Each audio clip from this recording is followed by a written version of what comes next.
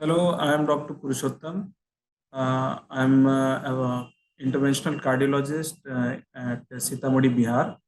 और मैं अभी आपके प्रशांत मेमोरियल चैरिटेबल हॉस्पिटल में अभी कार्डियोलॉजिस्ट हूँ, मुजफ्फरपुर में।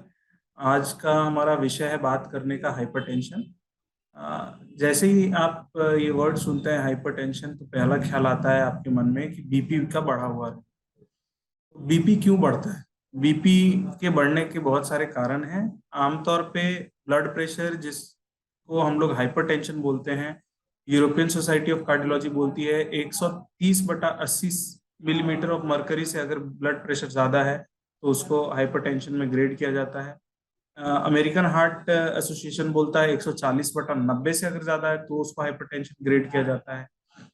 तो बेसिकली हम मान के चलते हैं 135/85 से अगर ब्लड प्रेशर ज्यादा है तो उसको हाइपरटेंशन बोलते हैं।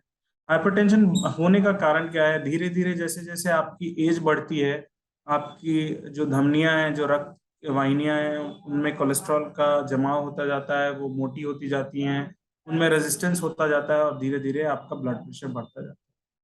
जिस फोर्स से आप, जैसे एक गार्डन में आप जैसे पानी दे रहे हैं और उस पाइप के पानी का जो मुंह है वो छोटा अगर आप करते जाएं, अपने अंगूठी से दबाते जाएं, और प्रेशर अगर उसमें बढ़ता जाता है, वैसे ही अगर रक्त वाहिनी में ज्यादा आपके कोलेस्ट्रॉल का डिपोजिशन, फैट का डिपोजिशन होता जाता है, वैसे वैसे आपका ब्लड प्रेशर बढ़ते जाता है।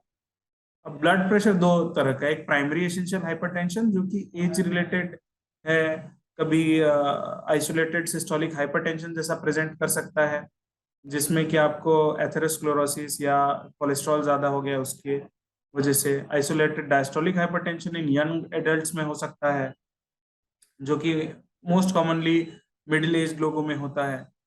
और एक होता है जिसको सेकेंडरी हाइपरटेंशन बोलते हैं, जिसमें कि बीपी बहुत ज्यादा है आपका। आपका किडनी अफेक्ट हो सकता है, कोई ट्यूमर हो सकता है जैसे पियोक्रोमोसाइटोमा हो सकता है, किसी कुशिंग डिजीज हो सकता है, मोटापा, ओबेसिटी, ऑब्स्ट्रक्टिव स्लीप एपनिया, किसी दूसरी वजह से आपका ब्लड प्रेशर बढ़ा हुआ है। Blood pressure is not the primary disease. Hypertension is not the primary disease. Disease दूसरी चीज है, उसकी वजह से मैनिफेस्ट आपका हाइपरटेंशन हो रहा है, उसको सेकेंडरी हाइपरटेंशन बोलते हैं। अब आप जैसे जैसे हाइपरटेंशन को अप्रोच करते हैं, इसमें सबसे बड़ा फैक्टर आता है एक हेल्दी लाइफस्टाइल मेंटेन करना। हेल्दी लाइफस्टाइल मतलब अपना वजन कम करें, बुरी आदतें जैसे स्मोकिंग, अल्कोहल, इन सब से आप अपनी दूरी बना के रखें। हालांकि अल्कोहल इन सम टेक्स्ट, इस कुछ किताबों में, मेडिकल साइंस की कुछ किताबों में 120 ml पर week for males is okay, and 60 ml for females is okay. But आपको आपकी लाइफस्टाइल के हिसाब से मैनेज करना है। अगर आपका बीपी बहुत ज़्यादा है, if you are getting frequent headaches, then you have to stop smoking urgently. आपको अपना दारू पीने का या आप शराब का सेवन, उसको कम करना है। DASH diet, dietary approach to stop hypertension, जिसमें मेडिटेरियन डाइट आता है, जिसमें लो फैट डाइट है, पॉलिट्री चिकन आइटम्स ज़्यादा हैं, मटन वगैरह कम है, ग्रीन वेजिटेबल्स ज़्यादा हैं, ये सब आपको खाने हैं। खाने में सोडियम को कम करिए, नमक को कम करिए। 2 ग्राम से कम नमक प्रेस्क्राइब करता है ब्रॉनवॉल्ड। अपने Braunwald is the textbook of cardiology, वो प्रेस्क्राइब करता है अपने पेशेंट्स को कि 2 ग्राम से कम नमक खाएं। बहुत सारे अदर दवाइयाँ आपको मिलती हैं मार्केट में कि इनको खाने से आपका ब्लड प्रेशर कंट्रोल है। But one of the most important is reduction of weight. जिनका वेट भी ज़्यादा है, अगर वो वेट को कम करते हैं तो blood pressure comes down to significantly 5 mmHg से कम हो जाता है। बहुत सारे मेडिकेशंस है मार्केट में, but the best medication is triple drug therapy. अभी ट्रिपल ड्रग थेरेपी पे चल रहा है। And then you have monopills which is adjusted according to the blood pressure.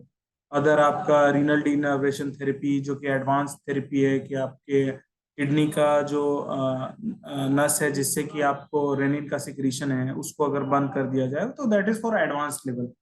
But basically आपको एज अ पेशेंट बहुत healthy lifestyle maintain करने की जरूरत है। आपको अपने खाने का अच्छा ख्याल रखना है, आपकी हैबिट्स को अच्छी रखनी है, फिजिकल फिटनेस पे ध्यान देना है, एक्सरसाइज पे ध्यान देना है। आप अपने आप को हाइपरटेंशन से लड़ने के लिए एक ही चीज कर सकते हैं कि अपने आप को फिट रखें। अगर आप फिट रहेंगे तो आपके हाइपरटेंशन से होने वाले कॉम्प्लिकेशन, जैसे कभी कभी किन्हीं किन्हीं के स्ट्रोक हो जाता है, सर में नस फट जाना, आंखों में खून आ जाना, जिसको कभी कभी एक ऑरा क्रिएट हो जाता है जिसमें आप ज्यादा बोल नहीं पाते हैं, आप कुछ समझ नहीं आता है, हाइपरटेंसिव एनसेफलोपैथी, किडनी पे डैमेज होना, हाइपरटेंसिव एंड ऑर्गन फेलियर होने लगता है।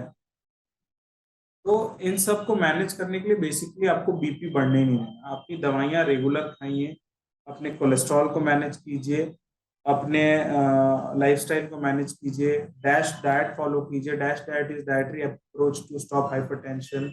अपने वेट फैक्टर को मेंटेन कीजिए, फैमिली हिस्ट्री को लेके चलिए कि अगर आपकी फैमिली में हिस्ट्री है हाइपरटेंशन का तो आपको उसके हिसाब से मैनेज करना है, and then you can lead a very healthy and happy life. So to fight hypertension मैं अभी भी बोलूंगा आप लोगों को कि एक अच्छा लाइफस्टाइल मेंटेन करना सबसे इम्पोर्टेंट है, एंड देन योर आपकी दवाइयाँ का second role important. Thank you so much, have a good day.